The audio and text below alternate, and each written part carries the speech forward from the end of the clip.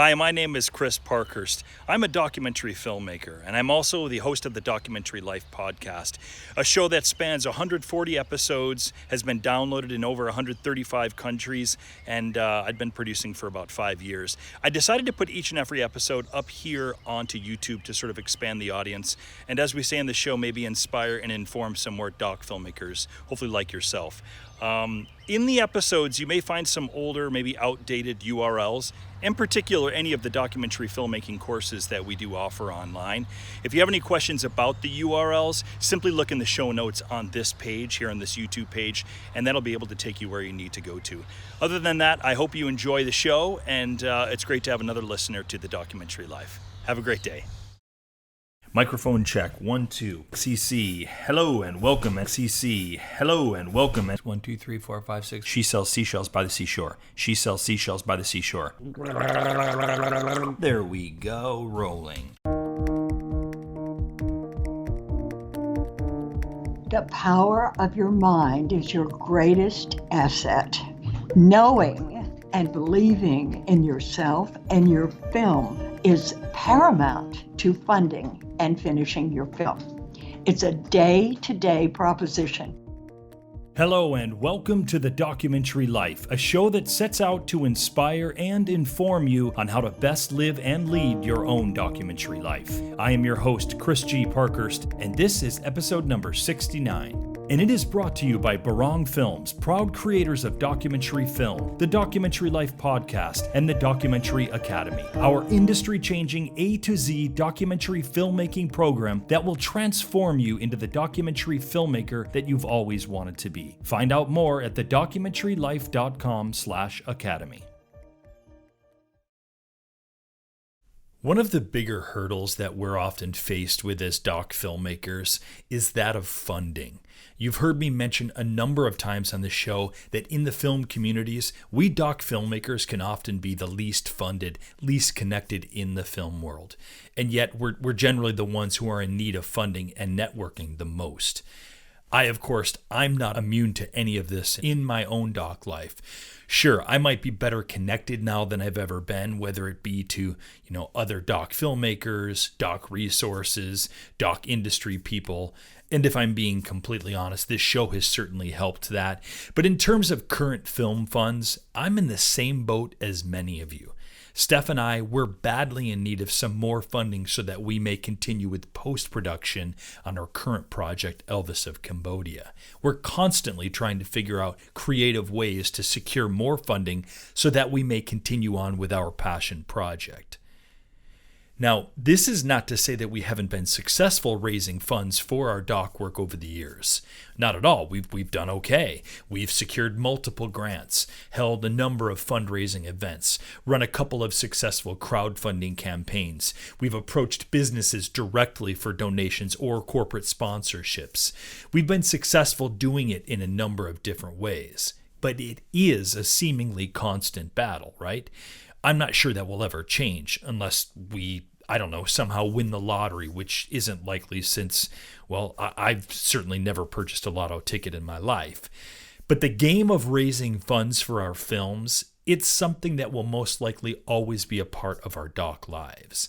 And it's most likely always going to be a substantial part of your own doc life. Which is why I'm excited to bring you today's episode of TDL.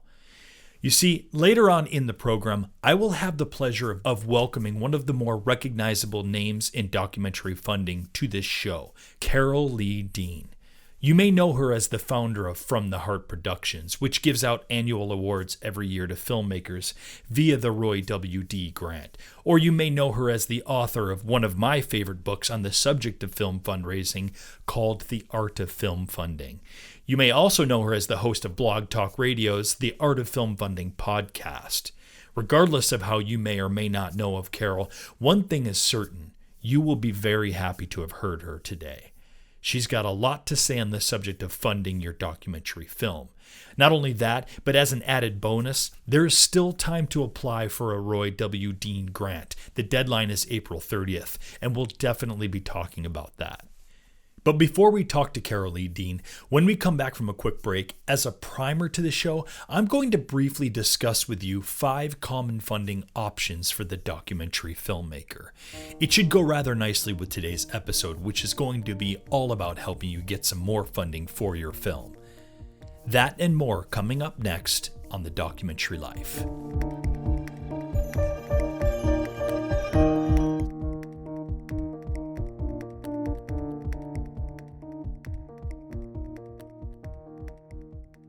There are a number of different types of funding options that are out there and available to us doc filmmakers. And I obviously won't be getting to even a majority of them. But what I will briefly discuss here are probably 5 of the most common funding options that are today being employed by doc filmmakers. Feel free after this episode to share with me any additional funding options that you might like to add. Perhaps you've got something really creative or unique that you think might also benefit other doc lifers out there. If so, we want to hear about it, because then it'll allow me to share it with other doc lifers, either in a future episode or by posting up on the TDL community Facebook group. So be thinking about that as I go through my list of 5. And then at the end of this segment, I'll remind you as well as give out an email address so that you may contact me. Okay, so let's go through these 5 common funding options for the documentary filmmaker. Okay, the first one that I'm going to mention to you is the individual donor. This could be a family member, a close friend or colleague, an old university professor, or someone you don't know at all who you've either intentionally approached with your proposal or has found out about your film from some other place or some other person. Whatever the case may be, the power of the individual donor, it should not be underestimated. Unlike any other avenue of funding that you'll hear about, nowhere do you have more of an opportunity to connect with someone directly, speak with them one-on-one, than through the approaching of an individual donor. In this scenario, you'll have the chance to speak directly to someone's sensibilities, their beliefs or causes, their philanthropic endeavors, their passions. You'll be able to speak to that in a very personal way.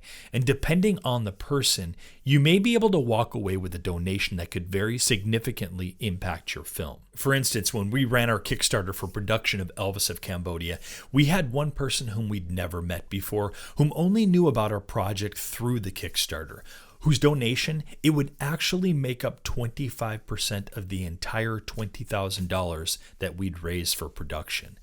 As you can imagine, that was pretty significant for us.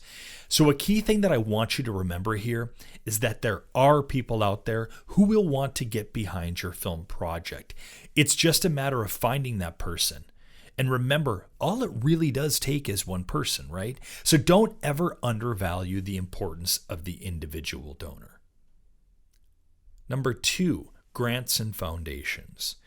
One of the most well-known and sort of classic ways, right, for the doc filmmaker to raise funds for their doc, it's through the grants and foundations.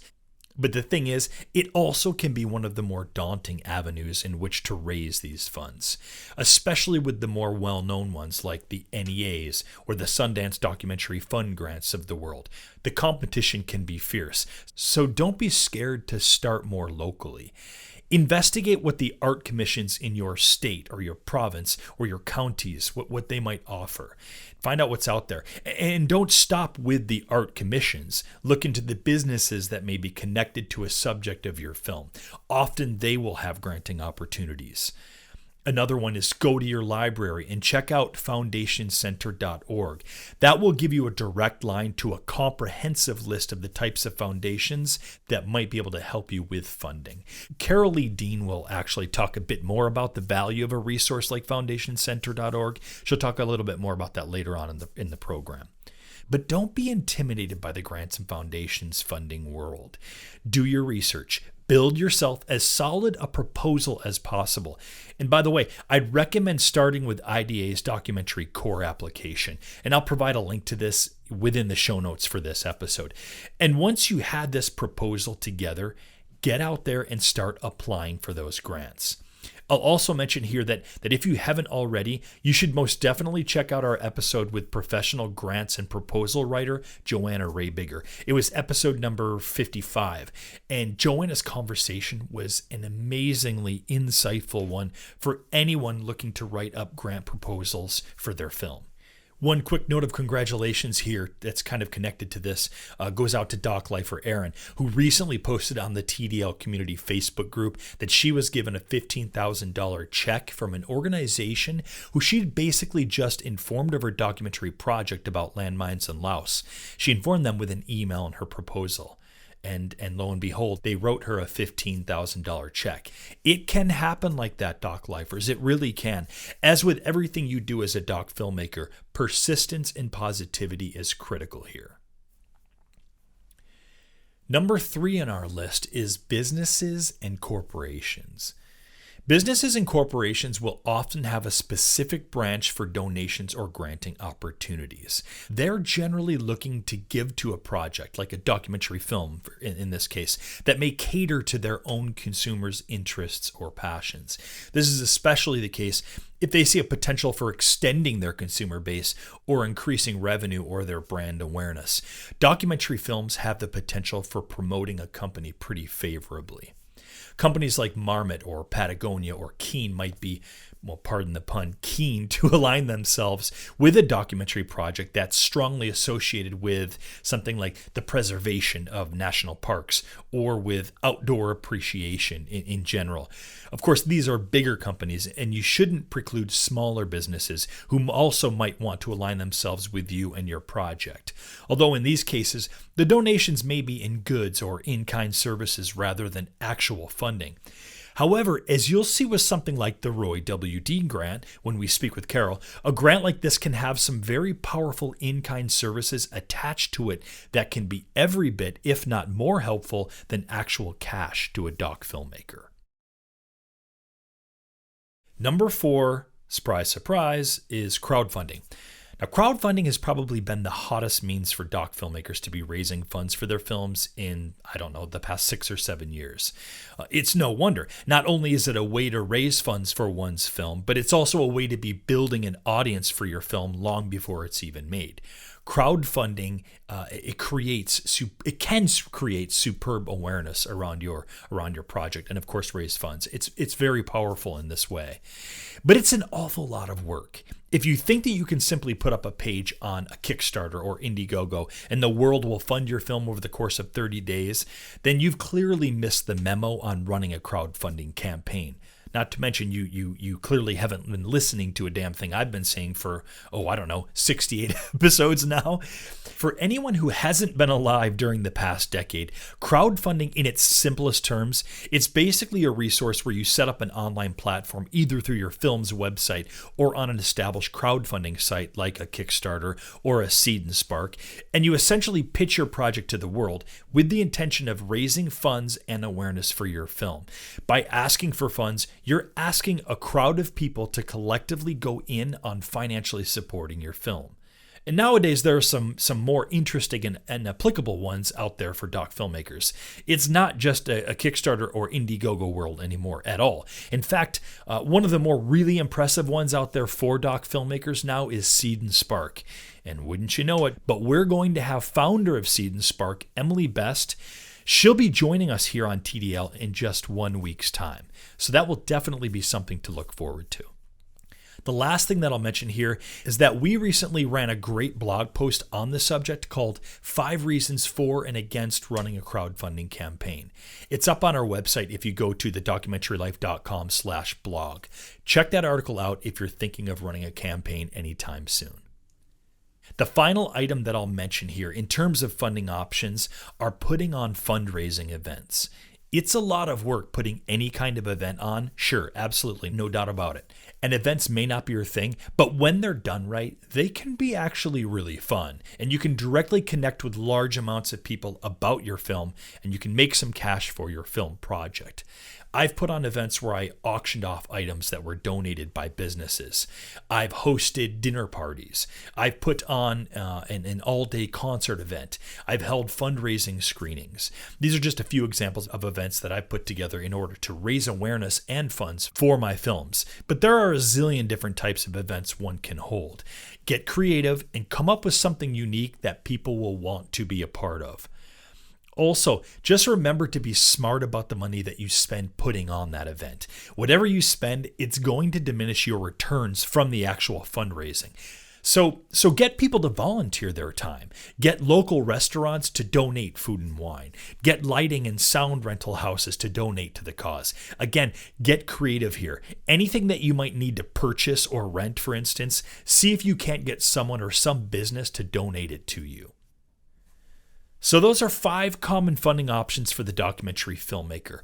I hope that these have perhaps sparked some ideas for you as you think about ways to raise monies for your film. And remember, if you'd like to see these written out, I'll post this list up in the show notes for this episode. Simply visit our website by going to thedocumentarylife.com. And again, if you've got a funding idea or a story that you might like to share with us about this, you can always email me at chris@barongfilms.com. And Barong Films is spelled B-A-R-A-N-G, barongfilms.com. There's also a contact form on our website, but hey, as I mentioned earlier, I always love getting personal emails from you guys. So feel free to email me directly if that makes more sense. All right, next up, let's dive much deeper into the art of film funding when we return with our conversation with Carole Lee Dean.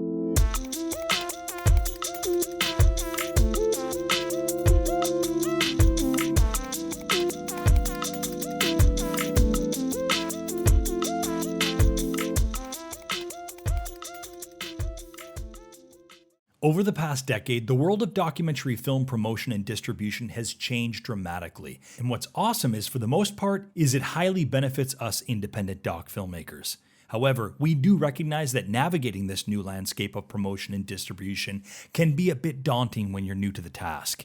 Like, how do you make sense of the VODs and SVODs of the world? How do you find a distributor and sales agent that you can trust and who will work diligently to get your film out into the world? And what are they even looking for anyway? Or wait, maybe you should self-distribute your film. Maybe taking it out on a national tour is the right move for your film. But how would you even go about organizing such a thing? Is your film right for the potentially lucrative educational market? Or are community screenings the way to go? There are so many options available to you to get your film out to its market, but there are a lot of questions you probably have about how to do it, which is why we help you make sense of it all in our flagship program, the Documentary Academy. Inside the Academy, you will create a tailor-made, multifaceted, hybrid documentary film distribution strategy, one that's created based on your film and your film alone. You will have a strategic overview of how you will get your film out into the world and in front of the people who want to see it. Take control of your film distribution and enroll in the Documentary Academy at thedocumentarylife.com/academy. We'll see you there.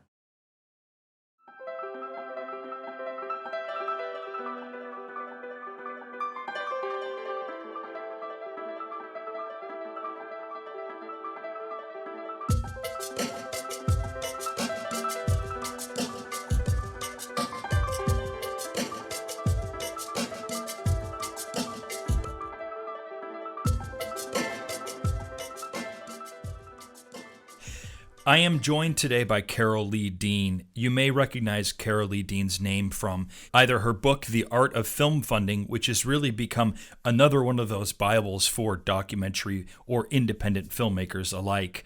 Or you might know of her name attached with From the Heart Productions. And we'll get into all of this as we have our conversation with Carole. Carole, thank you so much for joining us today on The Documentary Life.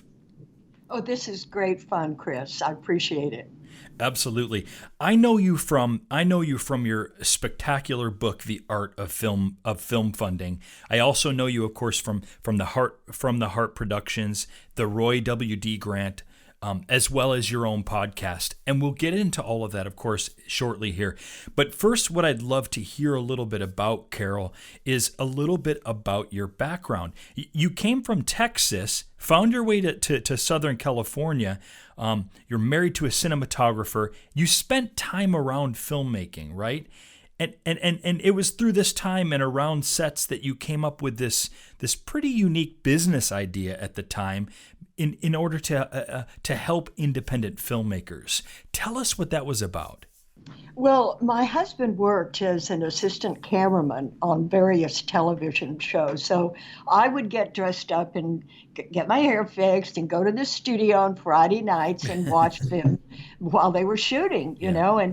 and they were unloading the big Mitchell cameras with 1,000-foot rolls, and then I would hear them say reloading. So I kept saying, "What happens? Where does that film stock go? And what happens to it?" Well, my husband said, "Well, we're not going to load that up the next day because you only make one mistake in this industry and you're gone. You never work again." So he said, "We'll load all new reels tomorrow." Yeah. So what happens to that 200, 300-foot reel? He said, "We just send it back to the camera department, let them worry with it."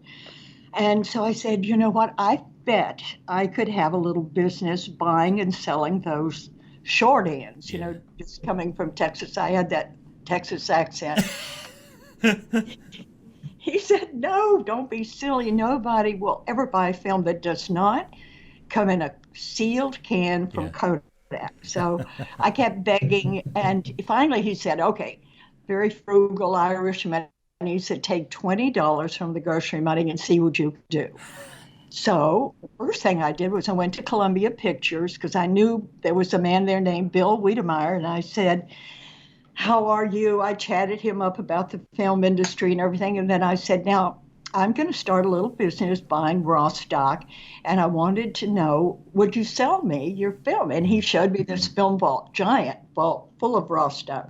So we started talking about a price, and so he thought probably that I was going to buy it that day. Well, of course, I'd already used my little $20 to typewriter and send out letters. So I said, "No, I'm just here to verify a price because this is a new business." Anyway, I talked him into a very low price.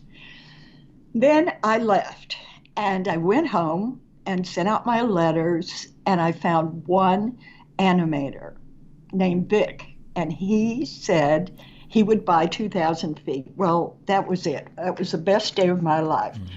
So I ran back to Columbia. Now remember, mini skirts were in at this time. I dressed up, looked terrific, and went in because I had to talk him into selling me 3,000 feet of film. That at 2 cents a foot, that was a $60 check. And I had already taken up all of his time discussing this. But when he stopped laughing after what I asked was, he said, "Okay, okay." And he gave me the raw stock. I think he tore up the check and figured he'd never see me again. Wow. But I told him, I said, "I'll be back and I'll buy every foot of film." And I did. I did. That was my first sale. I ran home. I cleaned the cans. I actually put Comet and got everything nice and shiny on the film cans, took it to Vic, and I went home with 1,000 feet of film for my inventory and profit. And I was in business. You couldn't tell me I couldn't do this. I just knew. And I think, see, I'm a very big believer that your mind is your greatest asset in life, and particularly for filmmakers, because I think faith funds films.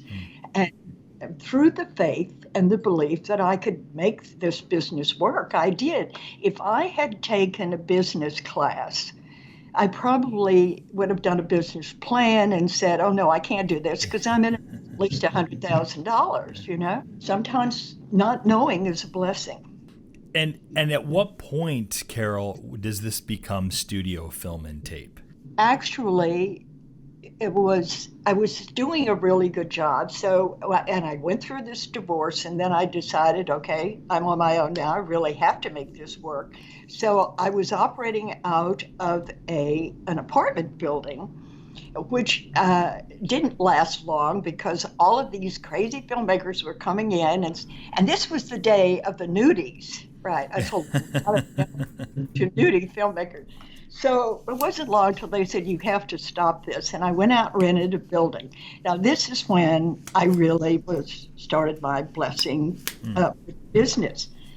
And so that's when studio film was really born. I think when I took my first lease and signed it, knowing I'd be there for years, and I was. And I just felt that studio film and tape would be a wonderful business because it gave filmmakers an inexpensive way to buy raw stock. Because Chris, and at that Mm. time, that was the big thing. You really couldn't make a film if you couldn't buy the raw stuff. Yeah, exactly. If you could, why don't you segue us into how From the Heart Productions started to come about? Actually, I was on a trip to India, and I got into the Sai Baba ashram, and Ah, they would throw these sticks and read the sticks, and you could get whatever. You could be the first person in line or the last person, but through these sticks, you got first row or last row seats, and I ended up on the first row. And oh my gosh, Chris, when he walked around, he came out of his building, and I was sitting only 20 feet from him, and my heart just exploded wow. with love. It was Mm-mm. fabulous. So he told me to go home and create a nonprofit and call it From the Heart Productions.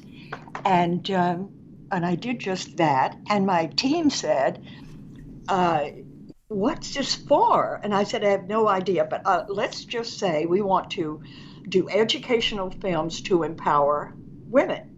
Mm-hmm. And that was on our very beginning application for the nonprofit. But we didn't know what we were going to do, and that came later. Yeah. I have to tell you that I had a lot of fun. I got the entire US distribution for Fujifilm for their 35 and 16 millimeter films, and that Right. we started the student discount. Kodak never had that. And I told Oh. for giving me that 15%. And within 24 hours of my marketing the student discount, Kodak followed immediately. Wow, wow, amazing. Yeah. And then we started recycling videotape. I bought this machine that evaluated tape, and then I began to ask some friends of mine who were engineers, why can't we make this better? And we did. We kept reinventing that machine until we ran the largest recycling company in the United States. We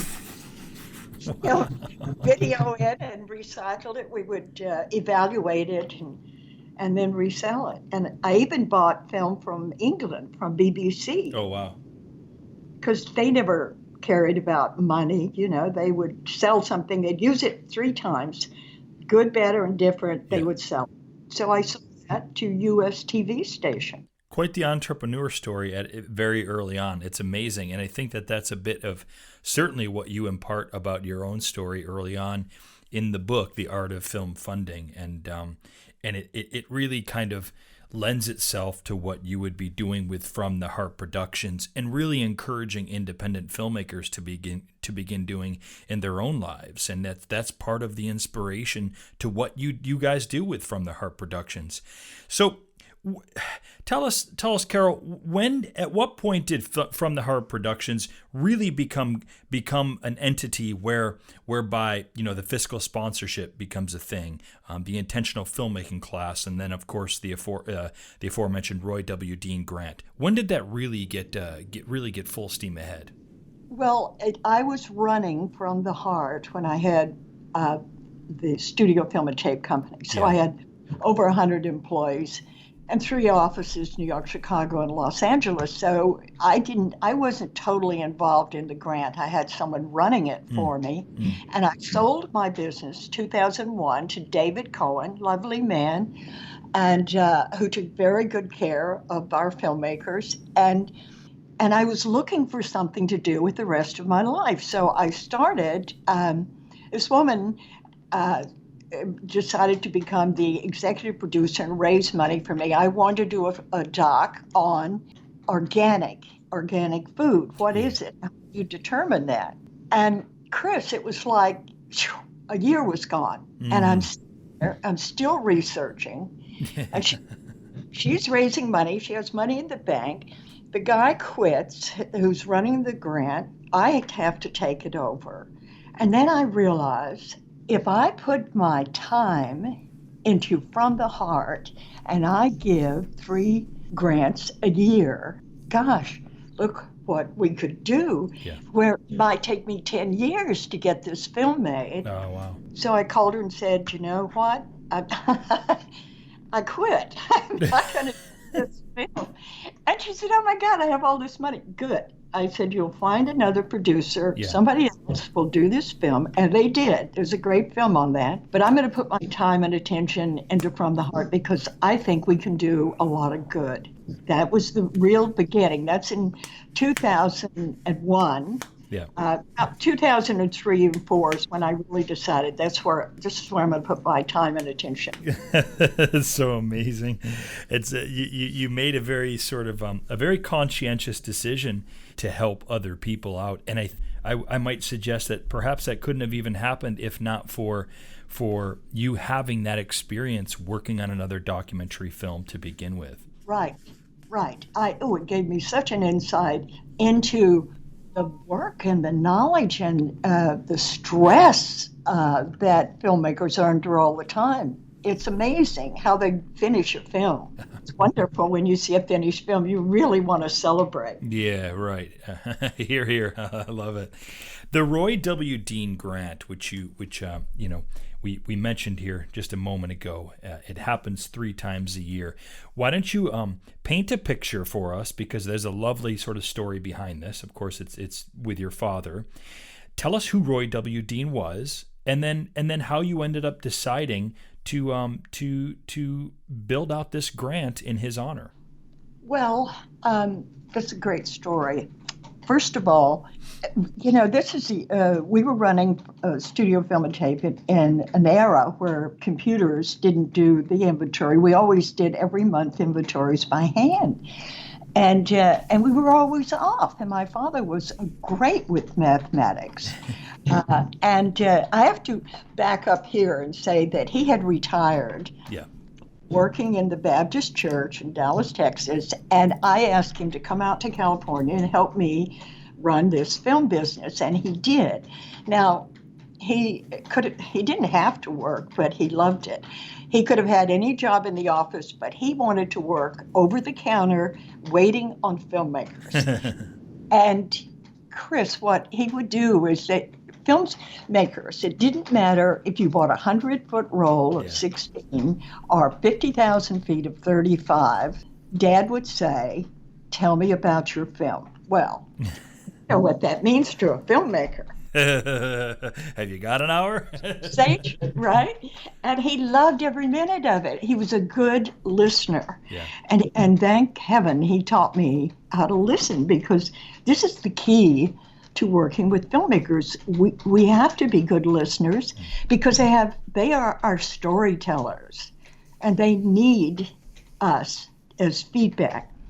So Dad was beloved, and when we would go to the SMPTE, the Society of Motion Picture and Television Engineers, they always had these balls every year. Well, Dad and I would go, and the last one I was standing there watching. There were 5 Kodak guys lined up to talk to him because he knew what the kids or the young people loved about Kodak and what they didn't like and where the problems were. So we had this wonderful relationship, Dad and I, but I knew that there was stuff missing. And one time we were short 10,000 feet and 16 millimeters. So, and he's a very religious man, So I said, where is this, Dad? It's in a box somewhere. You just forgot to count it. And he said, no, I didn't forget to count it. That film is on location right now. Oh my God. I said, what do you mean? Where's the paperwork? Well, he said, I had to give it to this filmmaker because it's his thesis film. He can't graduate, Carole. I was shocked. So, because I'm on the money side, Of course, this is a business you're running here. Yes. And so, anyway, that was my first inkling that something strange was going on here. But, I think Dad went from keep the faith to helping those who help themselves as his tenet, so that when he died, and this is in 1992, And this is right after I've come back from India, started Yeah. the nonprofit.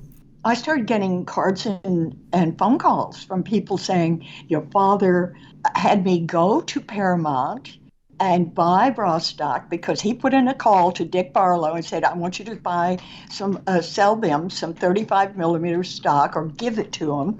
And then they're going to come sell it to me, and then they're going to use that money to buy 16 and make a film. He had all of these things, the shenanigans going on Oh, wow. to fund filmmakers. And I didn't know all this was going on. So I didn't get the idea. I will have to say to you, I didn't get the idea at that time.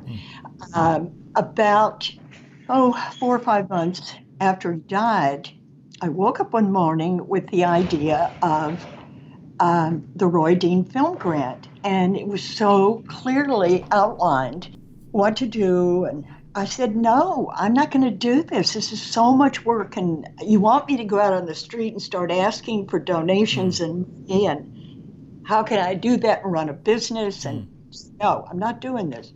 And the same day, I went to lunch with my publicist. He was my PR man. And he said, you'll never believe what I woke up with this morning. And I said, okay, tell me. I thought, don't do it, don't do it. Yeah. He said the same thing.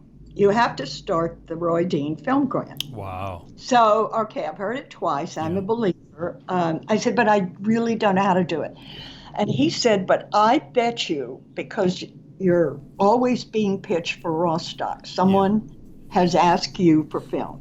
Yes, I said, there's this young kid, Bart Hawkins, who wants to go live on the Hopi Reservation for 3 months, and he wants me to give him $3,500 in 16 millimeter raw stock. Yeah. And he said, do it. That's your first grant. And then we have a year, he said, to figure out the rest. And in the meantime, we'll get a hold of Robert Townsend because he bought his raw stock from you when he made his films. And we'll ask him to help us, and he did. He was wonderful. He would come to the grant nights when we used to have the 5 finalists pitch their films at screenwriters, at the Directors Guild, and Robert would come, and I'd said, Robert, you don't have to get there till 8 o'clock because we won't know who the winner is till then. And he would say, I don't care, Carole, I want to be there for the beginning. Oh, wow. And I would say, okay, we'll send you a limo. No, he says, I'll drive my own car. You've got to be kidding. Save your money. So we were off and running with the grant in those years. We just had so many wonderful people applying. But I have to tell you that the first year that I did, that would be 93, when I put the paperwork out for the application. We had to do it in mail. Right. We had like 10 applications. Wow. By the day before the deadline. They had to come by mail. So I said, well, this isn't going to work. I don't know what I did wrong. So the next day was 2 days after the termination or the deadline. And my assistant called to say, you'll never believe what happened. The post office came to us and they brought in 4 boxes of applications. Oh. Amazing. That's when I learned that filmmakers wait to the last minute. Right. So were they postmarked correctly or not? All postmarked on time, probably midnight, you know. But they got them on time, and it was then I realized, okay, they love what we're doing. We just have to find the right films, and I really believe, that we are creating filmmakers more than films, because Barbara Leibowitz won one of our first grants. Okay. And she was there the next day to pick up her raw stock, because by now I was giving $3,000 or $4,000 in raw stock, and I had cameras and lighting, and yes, I went out on the street and I did beg for money. Yeah. And I didn't get so much money, but I got goods and services. Yes, right, in kind, right. Right, that was easy. So I know how hard it is for filmmakers to raise money. Because sometimes, I will want a camera, and you have to go to 5 camera stores before you hit someone that really has a heart and will say, Yeah, I'll give you a 40% discount or something. So by then she won the grant, and that was her first film. And of course now she has her own production company. She married her cameraman, and they have two lovely children, and they're doing really well. Yeah. Now, you give out, for clarification, you give out 3 awards a year. Is that correct? Yes. Okay. And the amount is what is the amount that's given out each time period? It's 3,500 in cash and about 25,000 in goods and services. Yeah. And can you list out some of those goods and services for us, Carole? Right. Well, it's music. We have two great music composers that work with us, and they give their music composing free. You pay for the recording studio. Yeah. We have Burns and Sawyer gives a great discount on cameras. We have a gentleman in Canada who gives us closed caption, exceptionally. He gives it free to the winners, and then he gives it at a very good discount to all of our physically sponsored people. Wow. Okay. And websites. I try to find, it's sound. I have some great sound donors, lawyers. Well, you've got to have your lawyer. Oh, man, yeah. We have 3 lawyers, one for each grant, and they're all tops. It's Corky Kessler and Bob Siegel in New York and Mark Wack in L.A. So it's contacts. Hollywood runs on who you know, and New York. And of course, I had offices at both places, so I know how they work. And what we give you is a small amount of cash, but a lot of good contacts with discounts. And then it's up to the producer to take what they've been given and get even more or make it work. Yeah, right. I mean, you're kind of opening the door for the filmmaker in many ways, other than simply a cash award, and that's kind of the beauty of this, is that there's a little bit of a sum of cash award, but through the larger sum of services and goods, from there you can build these contacts with the people who are offering these goods and services. That's incredibly valuable, I would imagine. And you have a deadline coming up, do you not?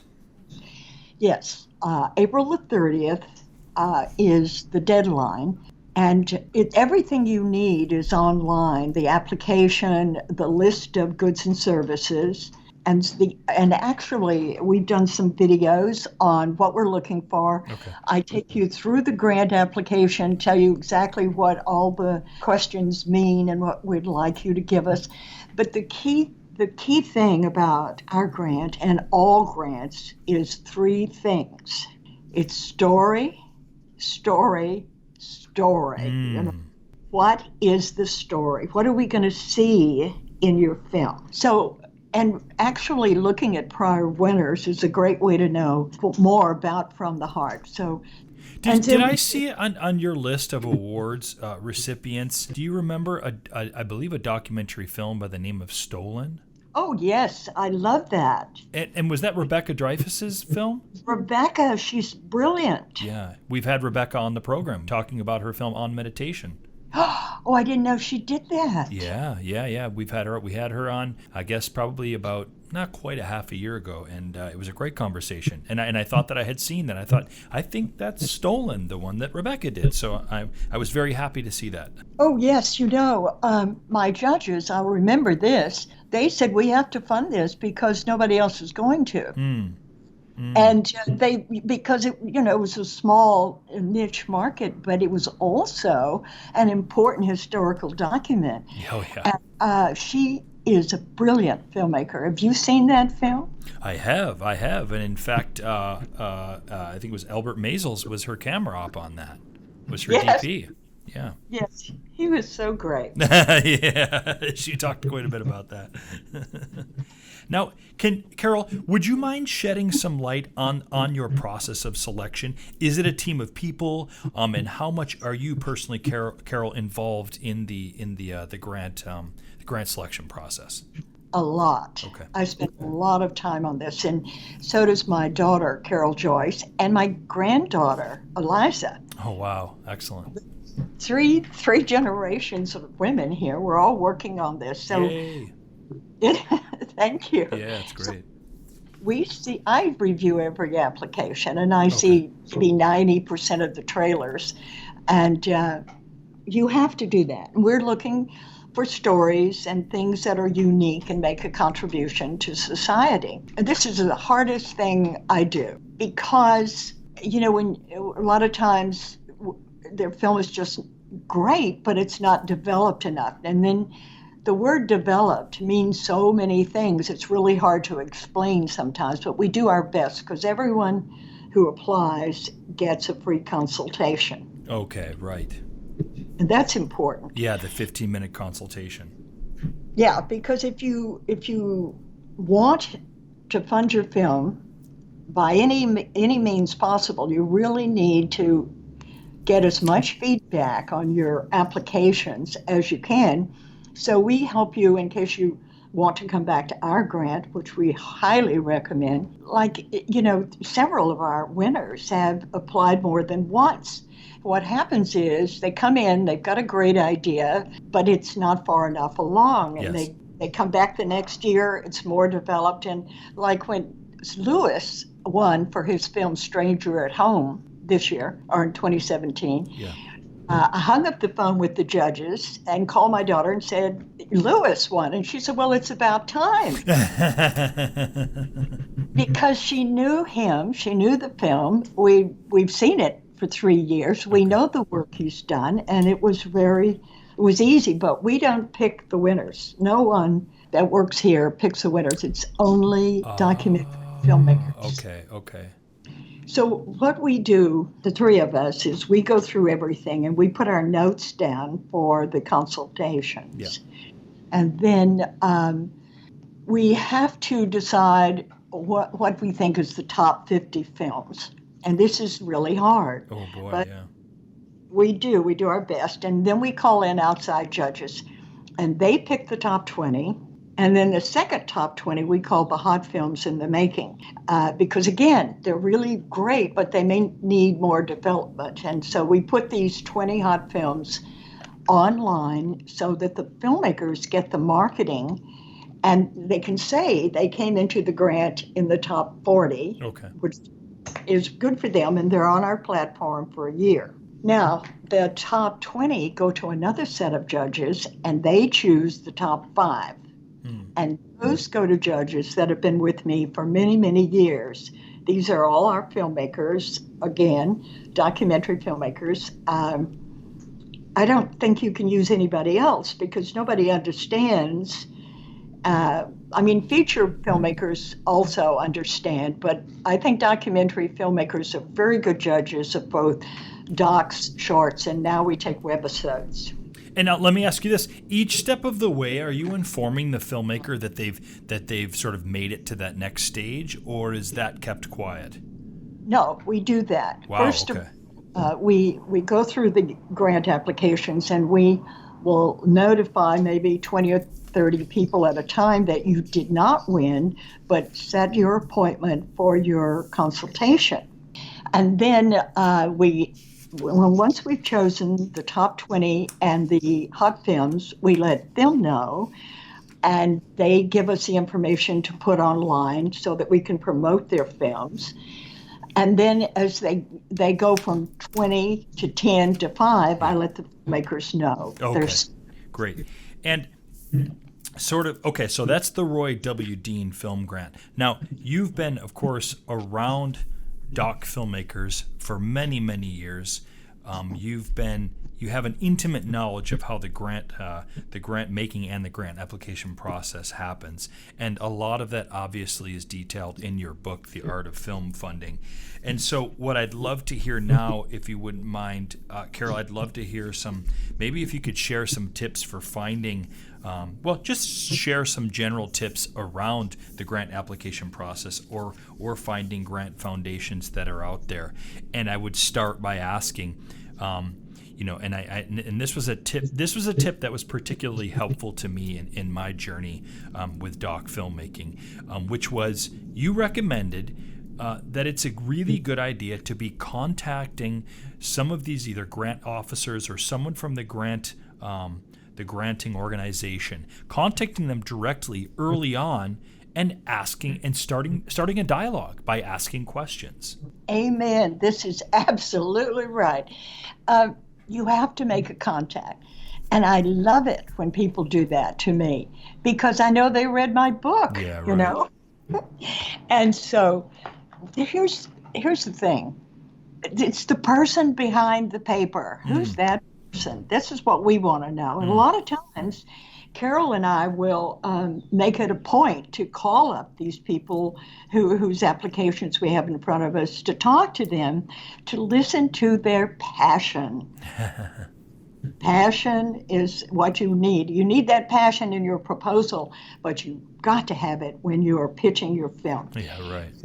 We want to know who you are and why you're making this film, and all of these things are very important to us. So, I'm sorry, what's the question? No, I mean it's more, Carole. Really, it was just about I'm one of the valuable things that I learned very quickly in reading your book was, and I used it in my own doc films and my grant application process, was this idea of contacting someone from the organization early on and having a dialogue with them and then continuing it, even, and this is a really interesting point, even if you don't end up making the cut, if you will, continuing a conversation with them throughout the next time when the cycle comes back up. What are some of those ways that we continue that contact? Okay, this is really important because this is what Lewis did. This is what several of the filmmakers who won did. They talk to us, they get their consultation, and then they stay in contact afterwards by giving me updates throughout the year. Oh, Yeah. We put this new person on and they're our new assistant, so I want to introduce you to my new assistant. We have done a great interview with so-and-so. The film is now taking off. Here's a new story point. I love that. So staying in touch is important, but that first contact is also very important. And I really think it's difficult sometimes to reach the person that does the funding. But getting to that person is of great benefit to you because they get to hear and feel who you are and know why you're making the film and Right. how important it is to you. Those are the things that you really need to know as a funder. What is the market? Who are the people? How are you going to get it to the people? I'm sorry to say, but you really need to know that now. It's not just the story. You also have to know that you can market the film yourself. And that's really what got me started with all of the podcasts, because who is your audience? How do you find your audience? I need you to tell me when you call me to pitch me your film that you have an idea of who your audience is early on, because that's where your money is. The money is in the hands of the people who will be interested in the subject matter of your film. Yeah. So how to find those. And I recommend most people go to the foundationcenter.org to find good grants, and that they take the classes offered by them to learn how to use their giant servers. Yes. Right? Because they're so powerful, you can find so many great grants there. And sometimes for filmmakers starting off with smaller grants, family grants like ours, is the best thing to do. Particularly, Chris, when you can get feedback and when you can improve your project and then keep moving forward. The whole thing with documentary filmmakers is you just have to keep moving. Persistence, yeah, absolutely. Do you have a sense of how many people, and we'll use doc filmmakers here for this question, do you have a sense how many doc filmmakers either are aware of foundationcenter.org or are actually using it? I find that there is maybe 20%, 30% know about it. I think that's incredibly small. And would you say that percentage are some of the people that are having some of the more success finding the right places for their grant applications? Yes. Yeah. Yes. The book is The Art of Film Funding by Carole Lee Dean. It is currently, the second edition is the latest edition. I truly can't recommend it highly enough. You know, Carole, we had on filmmaker and author Michael Rabiger. We had him on the program earlier this year, and he's kind of written the veritable Bible for doc filmmakers. It's called Directing the Documentary. I would argue that your book, The Art of Film Funding, perhaps it's the New Testament, if you will, for the doc filmmaker. It's a book that every doc filmmaker should own. Certainly any doc filmmaker looking to raise funds for their film. Can you give us an idea of some of the other major topics that are covered in this book? Thank you for the compliment. I sincerely appreciate that. Well, I wanted the filmmakers to have one book with as much in it as possible. So and my 3 tenets for film funding, the perfect pitch is in the book, the proposal, the outline for a good documentary proposal, the trailer for your doc, all of those are your funding things. That's your foundation. Yeah. And I've also included the power of your mind, because how you think and how you act is what you need to attract success. And I've gone over manifesting and all the things that are very important to you.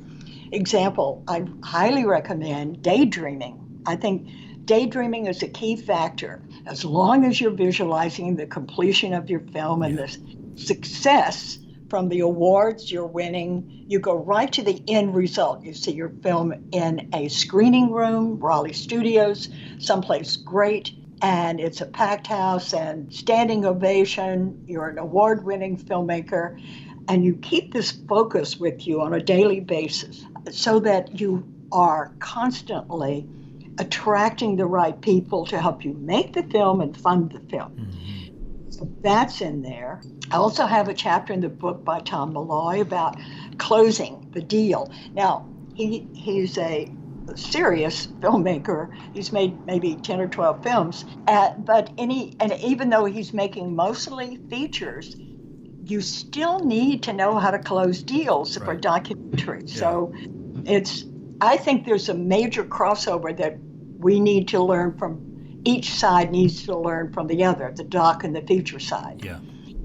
But I have a crowdfunding by Danae, the co-founder of Indiegogo, and brilliant Peter Broderick. Yeah. I think Maury Warshawski's in your book as well. He's there, and Maureen Ryan let me take a chapter of her excellent book, Producer to Producer. Yeah. On music rights, because it's so complicated. You need an outline for that. And then I have 3 attorneys giving you guidance. Norman Burns on budgets, and Karki Kessler on chain of title, Michael Dixon for fair use. I put it all together so you've got one book with everything you need, hopefully. And we're going to go ahead and I'll put a direct link to this book up in the show notes for this episode. And of course, we will include links to like the foundationcenter.org, the Roy W. Dean Film Grant from the Hart Productions. A lot of that information will also be accessed within the show notes for this episode. That way, listeners can directly go to a lot of what we've discussed here on the program. Before we go, Carole, I would be remiss not to mention that you have your own podcast, the Art of Film Funding podcast. Tell us how the podcast came to be, Carole. Well, things change so fast in the industry that after I published the 2nd edition, I thought, well, how am I going to keep everybody abreast of the changes? And my other daughter, adopted daughter in Texas, said, let's do a podcast. And she got me into it, and I love it because just when you think you know what's going on, you don't know, because this industry changes overnight. Yeah, right. So just this last week, I talked to Vicki Abelies, who was an attorney, and she found her children getting over stress through the No Child Left Behind law. So she moved into filmmaking, and she's done a stupendous job in teaching us how to reach our outreach audience. She screened her film at over 1,000 community centers. So how did she do that? See, we need to know from her and not take the time for her to write a book and get it out to us. We want to know what's going on now. I love your podcast. I've listened to many, many episodes. And in fact, we've probably had some common people on both of our podcasts. I know that Joanna Raybiger has been on both of our podcasts, and she's a wonderful woman to talk actually about grant writing and grant proposals. The podcast is The Art of Film Funding. I'll put a link up to this on our show notes. But what are some ways that we can find the podcast, Carole? It's under blogtalkradio.com. Yeah. And it's The Art of Film Funding. Excellent. It's the title of the book is the name of the Blog Talk Show. Carole, this has been a tremendous conversation. I could speak with you for hours and learn so much. And there's so much that my listeners could garner from your wonderful words of wisdom. And really your journey with independent filmmaking, and that includes a lot of documentary in there, and it's just lovely. Is there anything, Carole, that you might like to add to our doc filmmaking listeners? The power of your mind is your greatest asset. Knowing and believing in yourself and your film is paramount to funding and finishing your film. It's a day-to-day proposition. You need to set your goals, reasonable, achievable goals, have them written out, put them on the mirror. When you brush your teeth in the morning, you see it. Yeah. Go to bed at night, you see it, and you say it out loud. And you read it to the universe, and you pretend it's already happened. It's a fait accompli. You have finished your film, you are successful, and it's up to the universe to bring that to you, because your conscious mind is the one that is the creative mind. The subconscious believes what the conscious tells it. So if your conscious mind tells the subconscious you have a completed film, that is what the subconscious believes, and that is what you want. You want that completion feeling, the feeling of power, success, and completion. So use your mind to fund your film. It's your greatest asset. Carole, what a pleasure it's been. Thank you so much for being on the Documentary Life. Chris, how kind of you. I'm looking forward to you coming on our Blog Talk show in the future, and what fun we'll have. I can't wait. It's going to be a rocking good time. Carole, you have a wonderful day. Thank you so much. Hey, best of luck to you, Chris.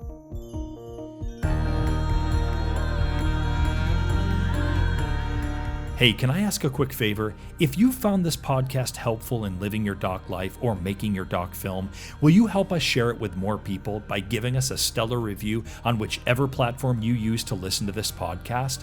We'd really appreciate it, and you'll be helping the doc filmmaking community find us. Thanks again for listening, and we'll see you in the next episode.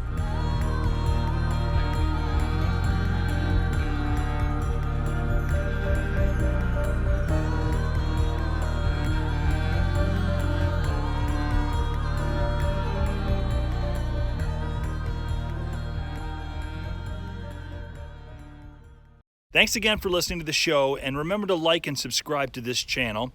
Also, remember, for any of the URLs that may or may not be outdated and you want to get the most up-to-date information, perhaps for the documentary filmmaking courses, for the blog, for other episodes, just go ahead and check in the show notes below on this YouTube page, and that'll give you the correct URLs to use. Thanks again. Have a great day.